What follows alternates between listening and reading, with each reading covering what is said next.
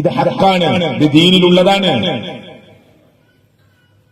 റസൂൽ കരീം സല്ലല്ലാഹു അലൈഹി വസല്ലം ലോകത്തുനിന്ന് വിട പറയുമ്പോൾ റബീഉൽ അവ്വൽ മാസം ലോകത്തുനിന്ന് വഫാത്താകുമ്പോ മുത്തുനബി ആയിഷ ബീവിന്റെ മടിയിൽ കിടന്ന് പറഞ്ഞാൽ അറിയോ, ലഅനത്തുല്ലാഹ് ഒരു റിപ്പോർട്ട്, ലഅനല്ലാഹ് മറ്റൊരു റിപ്പോർട്ട്, അലൽ യഹൂദി വൻ നസാറ, യഹൂദികളെയും നസാറാക്കളെയും അല്ലാഹ് ശപിച്ചു. എന്താ കാരണം അറിയോ, ഇത്തഖദൂ ഖുബൂറ അംബിയാഇഹിം മസാജിദ, യഹൂദികളും നസാറാക്കളും ഒരു ഖബർ കിട്ടിയാൽ, ഒരു നബിയുടെ ഖബർ കിട്ടിയാൽ ആരാധനാ സ്ഥലമാക്കി മാറ്റും. ക്രിസ്ത്യാനികളുടെ സെമിത്തേരി പോയൊക്കെ അവരെ ഇഷ്ടമാണ്, ചെയ്തോട്ടെ. വലിയ മാർബിളും ടൈൽസൊക്കെ ഒട്ടിച്ച് കുരിശൊക്കെ നാട്ടി പേരൊക്കെ എഴുതി മനോഹരാക്കിയിട്ടുണ്ടാവും. ഒരിക്കലും നബിയുടെ ഖബർ കിട്ടിയാലോ ഒരു ആരാധനാ കേന്ദ്രമാക്കി മാറ്റും. ബൈബിളിൽ രൂപം ഉണ്ടാക്കരുതെന്നില്ലേ? എന്നിട്ട് യേശുക്രിസ്തുവിന്റെ രൂപം കന്യാമറിയമിന്റെ രൂപമില്ലാത്ത ഒരു ചർച്ച ഉണ്ടാവും. ക്രിസ്ത്യാനികളോട് തലമറക്കണമെന്ന് ബൈബിളിലില്ലേ? ഇപ്പൊ റീറ്റാസ് സ്കൂളിന്റെ പ്രശ്നം വന്നപ്പോ ബൈബിളിൽ തലമറക്കണമെന്ന് പറഞ്ഞത്, തട്ടടണമെന്ന്, ഇട്ടിട്ടില്ലെങ്കിൽ മൊട്ടയടിച്ച് കളയണമെന്ന ബൈബിൾ പറഞ്ഞു. തട്ടമിടാത്തവരെ മൊട്ടയടിക്കണം. എന്നിട്ട് തട്ടട്ട കുട്ടിയെ പഠിക്കാൻ സമ്മതിക്കില്ല. മനസ്സിലായില്ലേ? ഇതാ മനുഷ്യന്മാരുടെ അവസ്ഥ. അവ പ്രമാണത്തിലില്ലാത്തതുകൊണ്ടല്ല. പ്രമാണത്തിൽ ഒന്ന് പറയും, ആളുകളുടെ ജീവിത രീതി വേറെ പോവുക. അതല്ല വേണ്ടത്. പ്രമാണം എന്ത് പറയുന്നു അവിടെ നിൽക്കണം. മുത്തുനബി ലോകത്തുനിന്ന് വഫാത്താകുന്നെന്ന് പറഞ്ഞെന്തറിയോ, ജൂതന്മാരും യഹൂദികളും ക്രിസ്ത്യാനികളും അവർ ഒരു നബിയുടെ ഖബർ കിട്ടിയാൽ ആരാധനാ കേന്ദ്രമാക്കി മാറ്റും. എന്നിട്ട് അള്ളാന്റെ റസൂലി വഫാത്തിന്റെ സമയത്ത് അള്ളാനോട് പറയാ, അല്ലാഹുമ്മ, അല്ലാഹുവേ, ലാ തജ്അൽ ഖബരി ഈദാ, എന്റെ ഖബറിനെ ഒരു ഉത്സവ പറമ്പാക്കി കൊടുക്കരുത് അല്ലാഹ്. പ്രാർത്ഥിച്ചിട്ടുണ്ടോ ഇല്ലേ?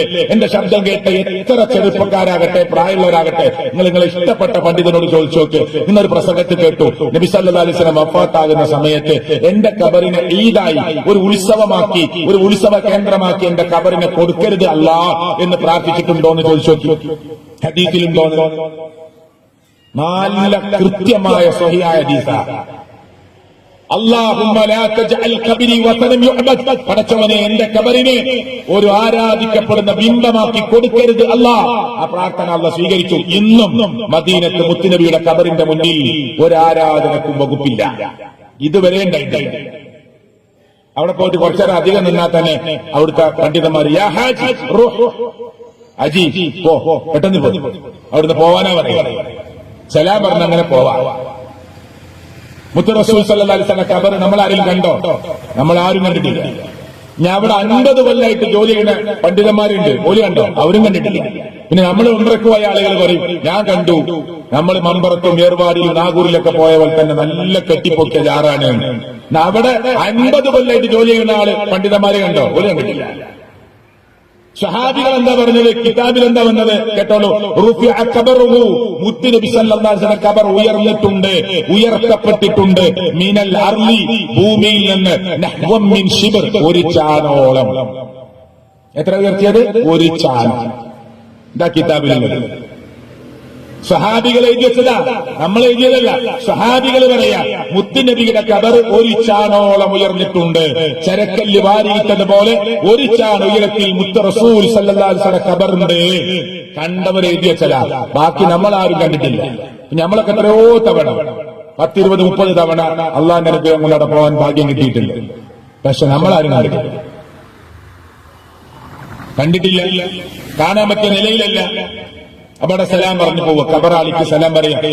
ഏറ്റവും വലിയ നേതാവായ മുഹമ്മദ് മുസ്തഫ സല്ലല്ലാഹു അലൈഹി വസല്ലം, തൊട്ടടുത്ത് അബൂബക്കർ സിദ്ദീഖ് റളിയല്ലാഹു അൻഹു, തൊട്ടിപ്പുറത്ത് ഉമർ ഇബ്നുൽ ഖത്താബ് റളിയല്ലാഹു അൻഹു. അല്ലാഹു അവർക്ക് ഏറ്റവും മഹനീയമായ സ്ഥാനം കൊടുക്കും, നൽകുമാറാകട്ടെ. അപ്പൊ പ്രിയപ്പെട്ടവരെ, ശരിക്കും മനസ്സിലാക്കുക അല്ലെ, ഇനി സെലഫികളെ കുറിച്ചുള്ള തെറ്റായ ധാരണ എന്താ? ഒരു മരിച്ചാൽ 3 ഇല്ല, 7 ഇല്ല, 21 ഇല്ല, 40 ഇല്ല, ആണ്ടില്ല. ഇതൊന്നും ദീനിലില്ലാത്തതുകൊണ്ടാണ്. ഉള്ളതിനാണ് തെളിവ് വേണ്ടത്. ഇപ്പൊ നമ്മൾ നിസ്കരിക്കണം എങ്ങനെ? ഞാൻ പറഞ്ഞു, അതിന്റെ തെളിവുണ്ട്. സ്വലാത്ത് എങ്ങനെ ചെല്ലണം? തെളിവുണ്ട്. മരിച്ചാല് കെട്ടിക്കൊടുക്കണം, തെളിവുണ്ട്. പിന്നെ കുളിപ്പിക്കണം, എങ്ങനെ കുളിപ്പിക്കണം? ഹദീസിലുണ്ട്. മയ്യത്ത് വേഗത്തിൽ നടക്കണം, തെളിവുണ്ട്. മയ്യത്ത് കൊണ്ടുപോകുമ്പോ മിണ്ടാതെ പോകണം, തെളിവുണ്ട്, പ്രമാണമുണ്ട്. മയ്യത്ത് കൊണ്ടുപോകുമ്പോൾ മിണ്ടാതെ പോകണം. പ്രമാണമുണ്ട്. ഉറക്കെ ദിക്ർ ചൊല്ലരുത്, ഉറക്കെ ഖുർആൻ ഓതരുത്, സംസാരിക്കരുത്. മനസ്സുകൊണ്ട് ദിക്റും പ്രാർത്ഥനയും ചൊല്ലി പോവണം. വേഗത്തിൽ നടക്കണം. ഹദീസിലുണ്ട്, ശാഫി മദ്ഹബിലുണ്ട്, മയ്യത്ത് കൊണ്ടുപോകുമ്പോ മിണ്ടാതെയാണ് പോകേണ്ടത് എന്ന് ശാഫി മദ്ഹബിലുണ്ട്. ഞാൻ വെറുതെ പറയല്ല, നിങ്ങൾ കേട്ടോളൂ. ശാഫി മദ്ഹബിൽ നിന്ന് ഞാൻ വായിച്ചു കേൾപ്പിക്കാം. വഅലം അന്ന സ്വവാബൽ മുഖ്താറ മാ കാന അലൈഹി സലഫ് റളിയല്ലാഹു അൻഹും അസ്സുകൂത് ഫീ ഹാലി സൈരി മഅൽ ജനാസ. മയ്യത്തിന്റെ കൂടെ പോകുമ്പോ മിണ്ടാതെയാണ് പോവേണ്ടത്. ഫലാ യർഫഅ സൗതൻ ബിഖിറാഅത്തിൻ, ഖുർആൻ ഓതിക്കൊണ്ട് ശബ്ദമുയർത്തരുത്.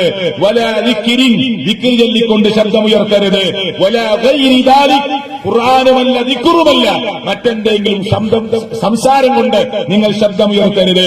അൽ അദ്കാർ, പള്ളിയിൽ സൂക്ഷിച്ച ഇമാം നബവിയുടെ, രണ്ടാം ഷാഫി എന്നറിയപ്പെടുന്ന ഇമാം നബവിയുടെ പ്രസിദ്ധമായ ഗ്രന്ഥമാണ് അൽ അദ്കാർ. അതിൽ 136-ാമത്തെ പേജിൽ പറയുന്നു, മയ്യത്ത് കൊണ്ടുപോകുമ്പോൾ മിണ്ടാതെ പോകണം, ഖുർആൻ ഓതിക്കൊണ്ട് ശബ്ദമുയർത്തരുത്, ദിക്ർ ചൊല്ലി ശബ്ദമുയർത്തരുത്, സംസാരം കൊണ്ടും ശബ്ദമുയർത്തരുത്, മൗനമായി പോകണം. അപ്പൊ സെൽഫികൾ എന്താ മയ്യത്ത് കൊണ്ടുപോകുമ്പോൾ മിണ്ടാതെ പോകുന്നത്? ലാ ഇലാഹ ഇല്ലല്ലാഹ് എന്നുള്ള ദിക്റിനോട് വല്ല വെറുപ്പുണ്ടോ? ഇല്ല. മനസ്സുകൊണ്ട് ദിക്റും, മനസ്സുകൊണ്ട് മരിച്ച ആളെ കുറിച്ച് ഓർത്ത്, പരലോകത്തെ കുറിച്ച് ഓർത്ത്. ചില ആളുകൾ സംസാരിച്ചു പോകും. സംസാരിക്കരുത്. ഗൾഫിൽ നിന്നൊക്കെ ഈ മരിച്ചത് അറിഞ്ഞിട്ട് വന്നതായിരിക്കും. നമ്മൾ ഈ മയ്യത്ത് കൊണ്ടുപോകുമ്പോൾ ചിലപ്പോ കാണുക ഫസ്റ്റ്. അപ്പൊ എപ്പോഴാ വന്നത്, എപ്പോഴാ എത്തിയത്, ഒന്നും ചോദിക്കണ്ട. അതൊക്കെ കഴിഞ്ഞിട്ട് മയ്യത്ത് കൊണ്ടുപോകുമ്പോൾ മിണ്ടാതെ പോകണം. ഇനിയിപ്പോ ഒരു സെൽഫി വർത്താനം പറഞ്ഞാൽ ന്യായീകരിക്കാൻ പാടില്ല. സംസാരിക്കരുതെന്ന് പറഞ്ഞു, മിണ്ടാതെ പോവുക. മരണത്തെക്കുറിച്ച് ഓർക്കുക, മയ്യത്തിന് വേണ്ടി പ്രാർത്ഥിക്കുക, അയാളുടെ പിന്നെ പരലോകത്തിന് രക്ഷ കിട്ടാൻ വേണ്ടി മനസ്സുകൊണ്ട് ദുആ ചെയ്യുക, മനസ്സുകൊണ്ട് ദിക്റുകൾ ചൊല്ലുക. ഇവിടെ മിണ്ടാതെ നടന്നു പോവുക. അതാണ് മയ്യത്തിന്റെ കൂടെ പോവേണ്ടത്. ഇതാര് പറഞ്ഞതാ? ഇമാം നബവിയാണ് പറഞ്ഞത്. അപ്പൊ എല്ലാം പ്രമാണത്തിൽ എന്താ ഉള്ളത്, അതാണ് നമ്മൾ ചെയ്യേണ്ടത്. ഇനി മരിച്ച സ്ഥലത്തിരുന്ന് ഖുർആൻ ഓതണില്ല. ഷാഫി മദ്ഹബ് എന്താ പറഞ്ഞത്? അത് കേട്ടോളൂ. വമിൻ ഹാദിഹിൽ ആയത്തുൽ കരീമ വഅൻ ലൈസ ലിൽ ഇൻസാനി ഇല്ലാ മാ സഅ.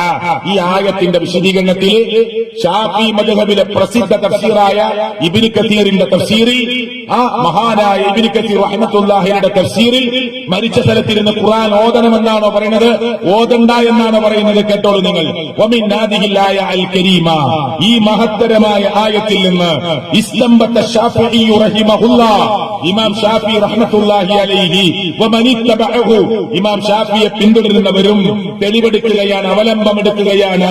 അന്നൽ ഖിറാഅത ലാ യസ്ലു ഇഹ്ലാഉ സബാബിഹാ ഇലൽ മൗതാ, മരിച്ച സ്ഥലത്തിരുന്ന് ഖുർആൻ ഓതിയാൽ അതിന്റെ പ്രതിഫലം മയ്യത്തിന് കിട്ടുകയില്ല. ലിഅന്നഹു ലൈസ മിൻ അമലിഹിം വലാ കസ്ബിഹിം, അതാ മരിച്ച ഒരാളുടെ പ്രവൃത്തിയിലോ അധ്വാനത്തിലോ പെട്ടതല്ല. വലിഹാദാ ലം യൻദുബ് ഇലൈഹി റസൂലുള്ളാഹ്, ഇങ്ങനെ ഒരു സുന്നത്ത് മുത്തുനബി പഠിപ്പിച്ചിട്ടില്ല ഉമ്മതഹു, മുത്തുനബിയുടെ ഉമ്മത്തിനെ. വലാ ഹസ്സഹും അലൈഹി വലാ അർശദഹും ഇലൈഹി ബിനസ്സിൻ വലാ ഈമാഇൻ, ഖണ്ഡിതമായ തെളിവോ സൂചനാപരമായ തെളിവോ കിട്ടിയിട്ടില്ല. ആരാ പറയണത്? ഷാഫി മദ്ഹബാണ് ഈ പറയുന്നത്. തഫ്സീർ ഇബ്നു കസീറിലാണ് ഈ പറയുന്നത്. നബിയുടെ അടുക്കൽ നിന്ന് ഒരു സൂചനയുടെ തെളിവ് പോലും മരിച്ച സ്ഥലത്തിരുന്ന് ഖുർആൻ ഓതാൻ കിട്ടിയിട്ടില്ല. ഉറച്ച തെളിവ് ഏതായാലും ഇല്ല, സൂചനാ തെളിവില്ല. നിർത്തിയോ? ഇല്ല.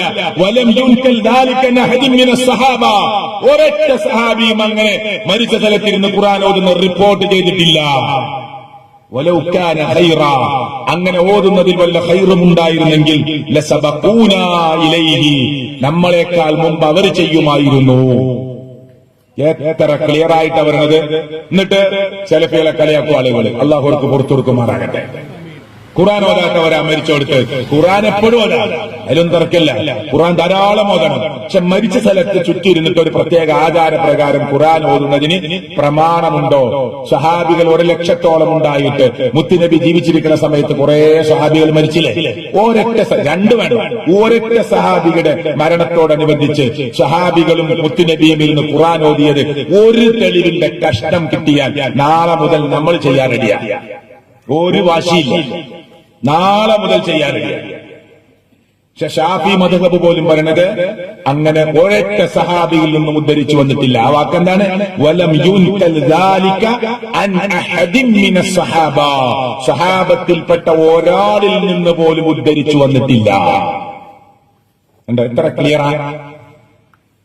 ഇതാണ് സലഫികൾ സഹോദരങ്ങളെ അത് ചെയ്യാത്തത്. അല്ല, ഖുർആൻ എപ്പോഴും ഓതണം, അത് പഠിപ്പിക്കാനാണ്. ഞാൻ അവസാനിപ്പിക്കാം. സ്ത്രീകളെ പള്ളിയിൽ കൊണ്ടുപോകാൻ നിർബന്ധമുണ്ടോ? സ്ത്രീക്ക് പള്ളിയിൽ പോകുന്നത് ഇല്ല. ഇവിടെ ധാരാളം സ്ത്രീകൾ ഇത് കേൾക്കാൻ വരുന്നുണ്ട്. അവര് ഒരു സൈഡിൽ ഇരുന്നത് കേൾക്കും. ഇനി ഫിത്നയുടെ കാലാണ്. സ്ത്രീകൾ പുറത്തിറങ്ങിയ ഫിത്നയുടെ കാലാണ്. സ്ത്രീകൾ ഒരു പരിപാടിക്ക് വരരുത്, അവര് വീട്ടിൽ നിന്ന് കേട്ടാൽ മതി. ഇപ്പൊ സ്ത്രീകൾ റിക്ഷയിൽ പോകുന്നുണ്ട്, ട്രെയിനിൽ പോകുന്നുണ്ട്, ഫ്ലൈറ്റിൽ പോകുന്നുണ്ട്, ആ മാർക്കറ്റിൽ വരുന്നുണ്ട്, ജ്വല്ലറിയിൽ വരുന്നുണ്ട്, ടെക്സ്റ്റൈൽസിൽ വരുന്നുണ്ട്, അങ്ങാടിയിൽ മാർക്കറ്റിൽ അവരെ കൊണ്ട് നിറയാണ്. അവിടെ ഒന്നും ഫിത്നയല്ല. പിന്നെ പള്ളിയിൽ മാത്രം അങ്ങനെയല്ല. ഫിത്നയുടെ കാലാണോ? അവരെങ്ങോട്ട് പോകണ്ട. പള്ളിയിലും പോകരുത്, പുറത്തേക്ക് ഇറങ്ങരുത്. അവര് നല്ല വിദ്യാഭ്യാസം നേടി വീട്ടിനുള്ളിൽ പഠിക്കാനുള്ള സംവിധാനങ്ങളൊക്കെ ഉപയോഗിച്ച് വീട്ടിൽ അടങ്ങി ഒതുങ്ങിയിരിക്കണം. ഫിത്നയുണ്ടെങ്കിൽ എന്നാൽ സാധാരണഗതിയിൽ എല്ലാവരും ഭർത്താവിന്റെ കൂടെ ജുമഅക്ക് വരിക. ഈ ജുമഅക്ക് ഒരു സ്ത്രീ വന്നാൽ ഷാഫി മദ്ഹബിന്റെ അഭിപ്രായം എന്താ? അതുകൂടി കേട്ടോളൂ നിങ്ങൾ.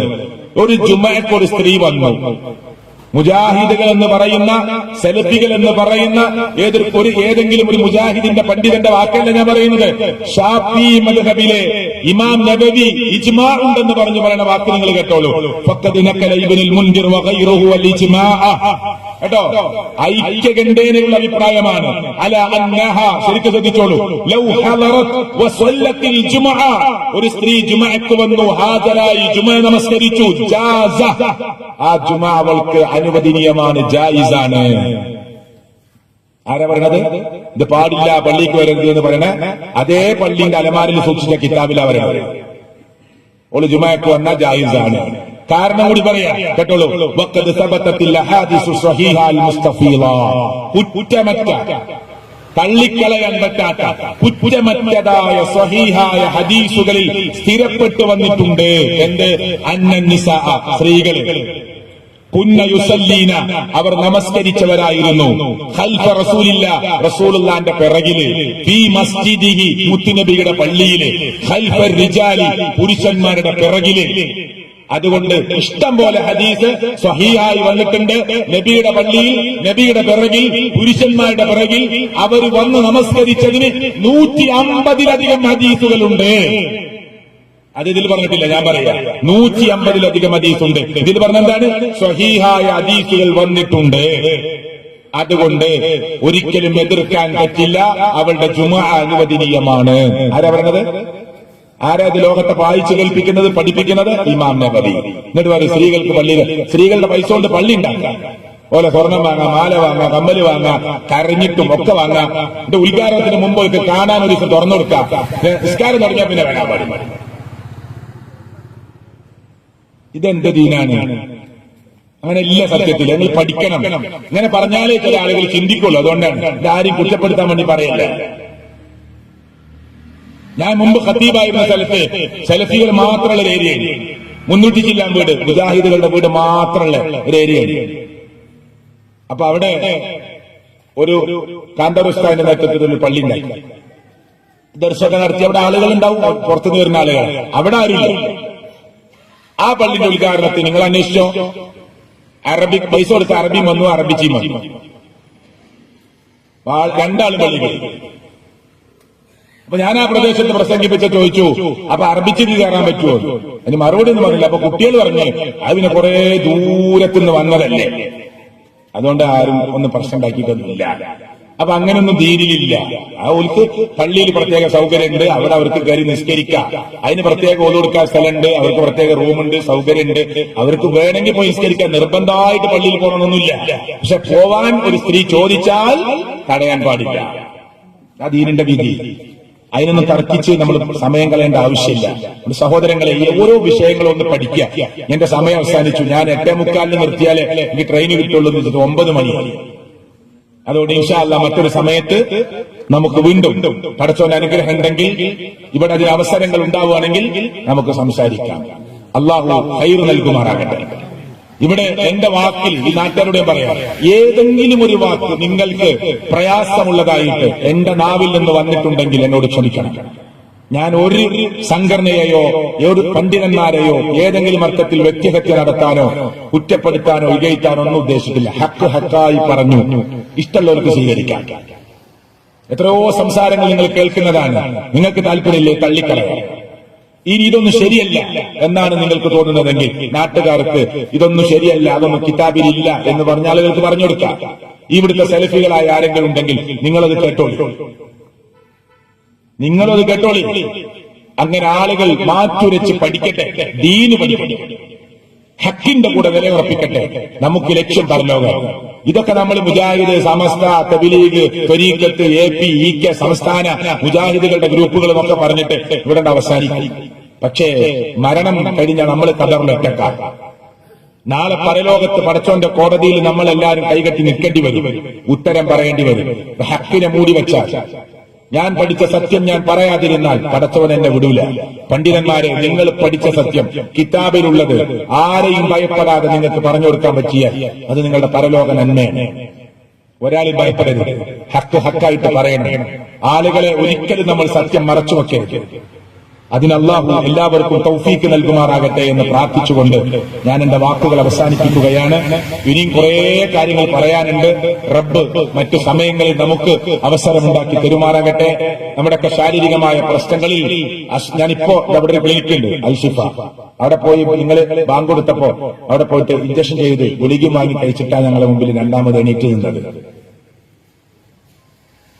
ഇതൊക്കെ മാറ്റിവെച്ച്, ശാരീരിക അസ്വസ്ഥതകളൊക്കെ മാറ്റിവെച്ച് നിങ്ങളോട് സംസാരിക്കുന്നത് പടച്ചോന്റെ കൂലി മാത്രം ആഗ്രഹിച്ചുകൊണ്ടാണ്, അള്ളാഹുവിന്റെ കൂലി മാത്രം, മറ്റൊന്നും കൊതിക്കുന്നില്ല.